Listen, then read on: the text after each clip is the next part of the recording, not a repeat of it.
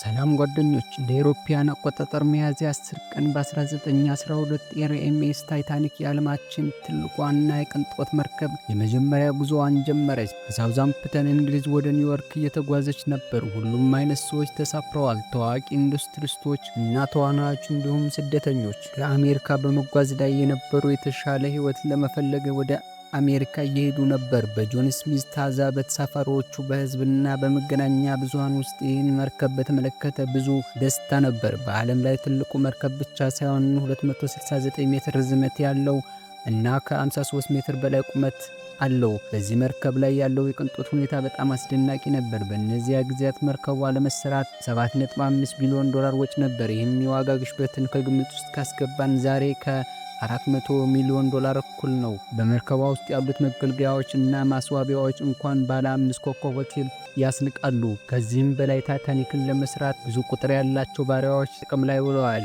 ዋይት ስታር መስመር ይህንን መርከብ የሰራው ኩባንያ ስም ነበር። የዚሁ ኩባንያ ምክትል ፕሬዚዳንት ስለዚህ ጉዳይ በጣም በመተማመን በሕዝብ ፊት ቀርቦ ይህ መርከብ የማይቻል ነው፣ ነገር ግን ከሁለት ቀናት በኋላ የመጀመሪያው ጉዞዋን ካደረገ በኋላ ኤፕሪል 12 ቀን በ1912 ታይታኒክ የመጀመሪያውን የበረዶ ማስጠንቀቂያ ማግኘት ጀመረች። ታይታኒክ ወደ አሜሪካ ለመድረስ ስትሻገር የነበረው በአትላንቲክ ውቅያኖስ በበረዶ ተሞላ እና በመንገዳቸው ላይ ጥንቃቄ ፈለጉ። ታይታኒክ እነዚህን ማስጠንቀቂያዎች ካገኘች በኋላ አደጋን ለመከላከል 2 ጊዜ ጉዞዋን ቀይራለች።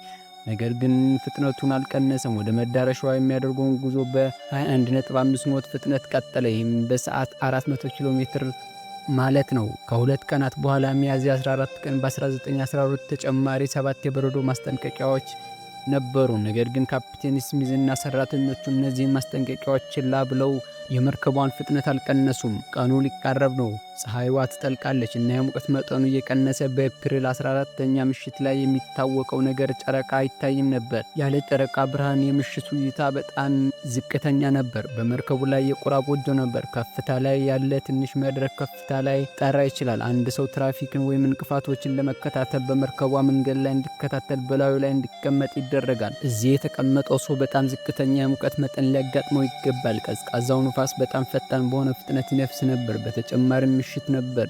የቀዝቃዛው ንፋስ አይኖቹን ያስቸግራል። ይህም ለማየት ያስቸግራል። 11 ሰዓት ከ39 ላይ ፍሬድሪክ ፊልተር የሚባለው ሰው ከቁራ ጎጆው ላይ ነበር። በድንገት ከራሱ ፊት አየ። ትልቅ የበረዶ ግግር 3 ጊዜ ደውሎ ጮኸ። ከታች ያሉት ሰዎች እንዲሰሙት ስልኩን አንስተው ወደ ድልድዩ ላይ ያሉትን መኮንኖች ጠሯቸው። በበረንዳው ላይ ጮኸና በረዶ መከሰቱን ነገራቸው። ወዲያውኑ ቀዳማዊ መኮንን ዊሊያም ይህንን መልእክት ሰምቶ ለኤጂን ክፍሉ መርከቧ ወደ ግራ አቅጣጫ እንድትሄድ አመልክቷል። ግን በሚያሳዝን ሁኔታ ጊዜው በጣም ዘግይቶ ነበር። ከአንድ ደቂቃ በኋላ 11 ሰዓት ከ40 ላይ መርከቧ በበረዶ ላይ ወደቀ። ይህ የበረዶ ግግር ትንሽ አልነበረም። 200 ሲባዛ በ400 ጫማ ርዝመት ያለው እንደ እግር ኳስ ሜዳ ትልቅ እና ከፍ ያለ ከመሆኑ የተነሳ ከቁራ ጎጆው ጋር የሚመሳሰል ነበር። በቁመት ታይንበርግ 1 ሚሊዮን ሳይንቲስቶች ገምተውታል። ለ10 ሰከንድ ያህል መርከቧ ከበረዶው ላይ ተጠግታ ቆየች። እናም በዚህ ምክንያት ትልቅ ቀዳዳ ተፈጠረ። በዚህ ምክንያት በመርከቧ ዋና አካል ላይ ትናንሽ ቀዳዳዎች ተፈጠሩ። ግን ለሰዎች ሁሉ ጥያቄ የፈጠረባቸው ጉዳይ የበረዶ ቁርጥራጭ እንዴት ብረትን ሊቀድ ቻለ የሚለው ነው። በረዶውን በፍሪጅ ውስጥ የምትጠቀም ከሆነ ብረትን አይቆርጥም። ነገር ግን የበረዶ ተራራ ክብደት አስታውስ። እውነት ነው፣ እንጨትን እንኳን ብረት መቆራረጥ አይችልም። ነገር ግን የብረታ ብረት መኪና በዛፍ ላይ ወድቃ ሙሉ ለሙሉ ሊበላሽ ይችላል። በተመሳሳይ መልኩ የበረዶ ግግር ትልቅና ከባድ ስለነበር በታይታኒክ ላይ ከፍተኛ ጉዳት አድርሷል። ከግጭቱ ከጥቂት ሰከንዶች በኋላ የመርከቧ መሪ ቶማስ እና አርኪቴክት ሴሚዝ በተባለ ቦታ ላይ ምን ያህል ጉዳት እንደደረሰ አየ። በተፈጠረው ተጽዕኖ ምክንያት የተፈጠረውን ችግር ባዩ ጊዜ መርከቧ እንደምትሰምጥ ተረዱ። ይህ ሲያሳዩ በጣም ደነገጡ። ይህች መርከብ የማይሰምጥ መስሏቸው ነበር። 2 ዋና ዋና የደህንነት ባህሪያት ነበሩ ወደዚህ እምነት ያመሩት። አንደኛ፣ ይህች መርከብ ባለ 2 ታች ቆፎ ነበራት። የመርከቧ ዋና አካል እቅፍ ይባላል። 16 ክፍሎች በውሃ ተሞልተዋል። መርከቧ አሁንም ይጓዛሉ። በመርከቧ ላይ ምንም ለውጥ አያመጣም። ነገር ግን በበረዶ ግግር የሚፈጠረው ተጽዕኖ በመርከቧ በኩል ነበር። ድርብ የታችኛው ክፍል ምንም ጥቅም እንደሌለው ተረጋግጧል። ጎኖቹ አንድ ብረት ብቻ ነበሩ። ሁለተኛ ተጽዕኖ በጣም ትልቅ ከመሆኑ የተነሳ ከ6 ውጭ ከ16 የውሃ ጥብቅ ክፍሎች ውስጥ ተበላሽቷል። ውሃ በሙሉ 4 ውስጥ ይሞላል ማለት ነው። ከመስጠም መዳን አልተቻለም። የማትሰምጠው መርከብ ትሰምጥ ነበር። ከ20 ደቂቃ ግጭት በኋላ ከጠዋቱ 12 ሰዓት ላይ ካፕቴን ስሚዝ ሰራተኞቹን የጭንቀት ጥሪ በሬዲዮ እንዲልኩ አዘዘ። በአቅራቢያው ያሉ መርከቦች ምናልባት አግኝተው ሊያድኗቸው ይችላሉ። ሲኒየር ራዲዮ ጃክ ፊሊፕስ የታሪካችን ጀግና ሆኖ ተገኘ። አንዱ በሌላው ጊዜ ጭንቀት ምልክቶችን መላክ ጀመረ። ምንም ምላሽ አልነበረም። ሌላ ላከ። ከጠዋቱ 12 ሰዓት ከ20 ላይ ኤርሚስ ካርቲያ የተባለ መርከብ ታይታኒክ አቅራቢያ ነበረች። ምልክቱን አወቀ። ከታይታኒክ ኦፕሬተር ጋር በራዲዮ ተነጋግሮ መርከቧ ወደ ታይታኒክ እንሄድ እና እንድናቸው አዘዛቸው። ነገሩ ምንም እንኳን ቅርበት ቢኖረውም 107 ኪሎ ሜትር ርቀት ላይ ትገኛለች። በከፍተኛ ፍጥነት ወደ ታይታኒክ ብትሄድም ታይታኒክ ትቀራለች። የቀሩት የመርከቡ አባላት በአየር ላይ እሳትና ሮኬቶችን አብርተው በአቅራቢያው ያለ መርከብ እንዲያስተውላቸው በማሰብ ግን በሚያሳዝን ሁኔታ ካርቲያ ከተባለችው መርከብ ሌላ ምንም አይነት ምላሽ አልተገኘም። ይህ በእንዲህ እንዳለ ካፕቴን ስሚዝ በመርከቡ ላይ ያሉ የህይወት አድን ጀልባዎችን ተጠቅመው ተሳፋሪዎችን ለቀው እንዲወጡ አዘዘ። በፕሮቶኮሉ መሰረት ሴቶችና ህፃናት በመርከቧ ላይ የመሳፈር ምርጫ ተሰጥቷቸዋል። በመርከቧ ውስጥ የተሳፈሩ ሰዎች ግን መርከቧ እንደማትሰምጥ ያምኑ ነበር። ምንም ጭንቀት አልነበረባቸውም። ማስታወቂያ ያወጣው ኩባንያ ይህንን ደጋግሞ ተናግሯል። ስለዚህ አዎ በበረዶ ግግር ላይ ወድቀው ሊሆን ይችላል፣ ነገር ግን መርከቧ ልትሰምጥ አልችልም በማለት ማሰብ ጀመሩ። በዚህ ምክንያት የወረደችው የመጀመሪያው ህይወት አድን ጀልባ 65 ሰዎችን ማስተናገድ አቅም ነበረው። ነገር ግን ይዛ የወረደችው 28 ሰዎችን ብቻ ነበር። ከነፍስ አድን ጀልባ ግማሹ ሲወርድ ባዶ ሆኖ ቀረ። ጊዜ እያለፈ ሲሄድ ክፍሎቹ በውሃ መሞላት ጀመሩ።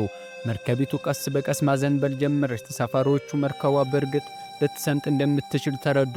የግንዛቤ በወጣ ጊዜ ትርምስ ተፈጠረ እና ሰዎች በፍርሃት መሮጥ ጀመሩ። ምሽት 1 ሰዓት ላይ ብዙ ውሃ ከፊት ለፊት ያሉትን ክፍሎች ሞልቶ ስለነበር የመርከቧ ቀስት ወደዚህ የታይታኒክ ውቅያኖስ ውሃ ውስጥ ገባች። ከኋላ ያሉት ተንቀሳቃሽ ሞተሮች ወደ ላይ ወጡ። መርከቧ ወደዚህ ደረጃ ዘንብል ስትል ፓንዳሚየም ነገሰ። ሰዎች ህይወት መትረፊያ ጀልባ ውስጥ ለመቀመጥ እርስ በርሳቸው ይጣሉ ጀመር። ችግሩ በመርከቧ ላይ የነፍስ አድን ጀልባዎች እጥረት ነበር። 20 አዳኝ ጀልባዎች ብቻ ነበሩ፣ 1200 ሰዎችን ብቻ ማስተናገድ የሚችሉ ግን በመጨረሻ 1500 ሰዎች አሁንም ተሳፍረው ነበር። በዚህ ትርምስ አንዳንድ ሰዎች በነፍስ አድን ጀልባዎች ውስጥ ቦታቸውን ሊነጠቁ ሞከሩ። ነገር ግን አንዳንድ ሰዎች ዕጣ ፈንታቸው ተከብሮ እዛው መርከቧ ላይ ቆዩ። ሁሉም ሰው እያለቀሰ እየጸለየ ወደ ተቀሩት ጥቂት የነፍስ አድን ጀልባዎች ውስጥ ለመግባት እየሞከረ ነበር። በመጨረሻ የተፈጠረው ነገር በጣም ያሳዝናል። የዓይን እማኞች እንዳሉት መርከቧ ከጠዋቱ 2 ሰዓት ከ20 ለሁለት ተከፈለች እና ከዚያ ቀስ ብሎ መስጠም ጀመረች። የታይታኒክ ካፒቴን ኤድዋርድ ስሚዝ እስከ መጨረሻው በመንኮራኩር ላይ ቆሞ ከመርከቧ ጋር ሰጠመ። አንዳንዶቹ እንዲያውም ራሱን በመግደል ራሱን እንዳጠፋ ያምናሉ። ታይታኒክን ለማዳን ኤርኤምኤስ ካርፔቲያ ታይታኒክን ለመታደግ የተነሳችው መርከብ እዚህ ቦታ ላይ ከጠዋቱ 3 ሰዓት ከ30 ላይ እስከ 4 ሰዓት ባለው ሰዓት ላይ ደረሰች። ምርመራ ተካሂዶ ሁሉንም ሰው ያስደነገጠ አንዳንድ የማይታወቁ ሁኔታዎች ወጡ። በዛ ምሽት ከታይታኒክ 37 ኪሎ ሜትር ርቀት ላይ ሌላ መርከብ እንዳለ ብናገር ምን ይመስላችኋል? ይህም የታይታኒክን ተሳፋሪዎች ለመታደግ ጊዜ ሊወስድ ይችላል። እውነት ነው። መርከቧ ኤስኤስ ካሊፎርኒያ ነበረች። ታይታኒክን በበረዶ ላይ ከመምታቱ 1 ሰዓት በፊት የመጨረሻው የበረዶ ግግር ማስጠንቀቂያ በኤስኤስ ካሊፎርኒያ ማስጠንቀቂያ ሰጥተዋል። ተጠንቀቁ፣ እዚህ ውቅያኖስ ውስጥ ብዙ የበረዶ ግግር አለ። ከዛ በኋላ 11 ሰዓት ከ15 ደቂቃ ላይ በካሊፎርኒያ መርከብ ላይ ያለው የሬዲዮ ኦፕሬተር ሬዲዮውን አቋርጦ ነበር። የካሊፎርኒያ መርከብ አደጋውን ግምት ውስጥ በማስገባት ሌሊት ላይ ቆሞ ወደፊት አልሄደም። በዚህም ምክንያት የሬዲዮ ስለጠፋ የጭንቀት ምልክትን መቀበል አልቻሉም። መርከቧ በታይታኒክ ቅርብ ርቀት ላይ ስለነበረች የተፈጠረውን አስፈሪ ክስተት ተመልክታ አስቸኳይ እርዳታ መስጠት ትችል ነበር። መኮንኖቹ በታይታኒክ ተሳፋሪዎች ላይ ተሳፍረው በነበሩበት ወቅት አንድ መኮንን አንድ መርከብ ከሩቅ እንደሚመለከትና በቅርቡ እንደሚታደጋቸው ተናግሯል እና ምንም መጨነቅ አያስፈልግም ብሏቸው ነበር። ነገር ግን የካሊፎርኒያ መርከብ ሮኬቶችንና የእሳት ቃጠሎችን ሲበሩ እንኳን አልመጣም። ከጠዋቱ 12 ሰዓት በኋላ በካሊፎርኒያ መርከብ ላይ ያሉት የበረራ ሰራተኞች ከታይታኒክ የተተኮሱትን ሮኬቶች አይተዋል። ለሻምበል ስታንሊ ጌታቸው እንኳን አሳውቀው ነበር። ነገር ግን ካፒቴኑ የጭንቀት ምልክት እንዳልሆነ ገልጿል። ነገር ግን በታይታኒክ ላይ ያሉት ባለጸጎች ፓርቲ ላይ የነበሩት ካፒቴን ጌታ እና ታይታኒክን ጀልባዎች በቁም ነገር ሊወስዱ ይችላሉ ድነዋል። በማግስቱ ጠዋት ራዲዮዎቹን ሲከፍቱ ከታይታኒክ ኤስኤስ ጥሪ ደረሳቸው። ወደ ቦታው ደረሱ፣ ግን በጣም ዘግይተዋል። በውሃው ላይ የሚንሳፈፍ ሬሳ ብቻ ነው ያዩት። ሁለቱም በዚህ ጉዳይ ላይ የተካሄዱት ጥያቄዎች ተጠያቂ የካሊፎርኒያ ካፒቴን ጌታ ነው ይላሉ። ነገር ግን አንድ ነጠላ ሰውን ለእንደዚህ አይነት ትልቅ አደጋ ተጠያቂ ሊሆን አይችልም። ሌሎች ሰዎች ተጠያቂ ነበሩ። በሌላ በኩል ደግሞ እጅግ በጣም አነስተኛ የሆነ የህይወት አድን ጀልባ በመርከቧ ላይ መኖሩ ለዚህ አደጋ ትልቅ አስተዋጽኦ አበርክቷል ይባላል። ከዚህ በተጨማሪ የታይታኒክ ካፒቴን የደህንነት ልምዶችን እንኳን አላደረገም። ታይታኒክ ከበረዶ ጋር በተጋጨችበት ቀን የሴፍቲ ድል ሊካሄድ ነበር። መርከቡ የማይሰምጥ ስለነበር ካፒቴኑ ሰረዘ። የሚቀጥለው ስህተት መሪውን የሚቆጣጠረው ሮበርት ሂቸንሰን ስህተት ነበረ። ያ ምሽት ላይ በፊት ለፊት በረዶውን ሲያይ ድንጋጤ የፈጠረበት። መርከቧ ወደ ግራ መታጠፍ አለባት። ነገር ግን በድንጋጤ ውስጥ ሮበርት ሂቸንስ መልእክቱን በተሳሳተ መንገድ ተረድቶ መርከቧን ወደ ቀኝ አመራት። ይህ በተቃራኒ አቅጣጫ ነበር። ወደ የበረዶ ግግር ስህተቱ በተረዳ ጊዜ በጣም ዘግይቷል። የብሪታንያ ምርመራ ታይታኒክ በጣም ብዙ የበረዶ ግግር ማስጠንቀቂያዎች እንደተሰጣትና በጥንቃቄ እንዲቀጥል አረጋግጧል። ነገር ግን ይህ ቢሆንም መርከቧ ሙሉ ፍጥነት ይጓዝ ነበር። ለምን ነበር? ካፒቴኑ ለምን አልዘገየም? ከዚህ በስተጀርባ ብዙ ንድፈ ሐሳቦች አሉ። አንድ ታዋቂ ንድፈ ሐሳብ ታይታኒክን ያመረተው የዋይት ስታር መስመር ዋና ስራ አስኪያጅ ጆሴፍ ብሩስ በካፒቴን ስሚዝ ላይ ተጽዕኖ አሳድሯል ይላሉ እና የመርከቧ ፍጥነት እንዳይቀንስ ኩባንያው ከፍተኛ ጫና ነበረው። መርከቧ የመጀመሪያ ጉዞዋን በ6 ቀናት ውስጥ ማጠናቀቅ አለባት። ስለዚህም ሪከርድ ሊሰብር ይችል ዘንድ ትልቋን ታይታኒክን ለማሳየት ነው። በኤፕሪል 14 ቀን ከምሽቱ 2 ሰዓት ላይ ካፒቴኑ ስሚዝ በበረዶ ማስጠንቀቂያ አይቶ ፍጥነቱን እንዲቀንሱ ለዮሴፍ አሳይቷል። ምክንያቱም የበረዶ ማስጠንቀቂያ አለ። ነገር ግን ዮሴፍ ወረቀቱን በኪሱ ስለሞላ ሰዎችና የመርከቧ አባላት እንዳላወቁ የመርከቧ ፍጥነት እንዲቀንስ አልፈለገም። ይህ አንድ አደጋ ይህን ኢንዱስትሪ በዓለም አቀፍ ደረጃ ለዘላለም ለውጦታል። ብዙ አዳዲስ ደንቦችና ደረጃዎች ተዘጋጅተዋል። እንደዚሁ ባሉ አደጋዎች ውስጥ P91 መጪዎቹ መርከቦች በመንገዳቸው ላይ ስላሉት የበረዶ ግግር ማስጠንቀቂያ ሊሰጡ እንደሚችሉ በባህር ላይ የህይወት ደህንነት ስምምነት ሶላስ ዓለም አቀፍ ስምምነት ተፈርሟል። መርከቦችን በተመለከተ አዳዲስ መመዘኛዎች ያወጣል። ለምሳሌ የነፍስ አድን ጀልባዎች ደንብ ተቀርጿል። ውቅያኖስ አሳሽ ሮበርት ባላድ እና አንድ ፈረሳዊ የውቅያኖስ ተመራማሪ ታይታኒክን ከባህር ስር አገኟት። ፍርስራሹ ከባህር ስር 3800 ሜትር ወይም 3.8 ኪሎ ሜትር ርቀት ላይ ተገኝቷል። የመርከቧ ሁለት የተለያዩ ክፍሎች ተገኝተዋል። 600 ሜትር ርቀት ላይ ዛሬ ከብዙ ዓመታት በኋላ መርከቧ ከሰጠመች በኋላ አካባቢው መሸርሸር ጀምሯል እና መርከቧ በውሃ ውስጥ ተኝታ የነበረችውን ሁሉ ዛሬ ቀረች። በ2030 ይህች መርከብ በውሃ ውስጥ ሙሉ በሙሉ ትበታተናለች ተብሎ ይጠበቃል። ዛሬ ከ110 ዓመታት በኋላ የታይታኒክን በተመለከተ ያለው ትኩረት አሁንም በሰዎች አእምሮ ውስጥ ይኖራል። የመርከቧ ግንባታ ከመጀመሪያው ጋር ተመሳሳይ በሆነ መንገድ ሊገነባ ነበር። ፕሮጀክቱ በ2016 ይጠናቀቃል፣ ግን እንደ አውሮፓውያን አቆጣጠር በ2022 እንኳን ሳይጠናቀቅ በመዘግየቱ ምክንያት ሰዎች በዚህ ፕሮጀክት ላይ ፍላጎት እንደሌላቸው ይነግራል።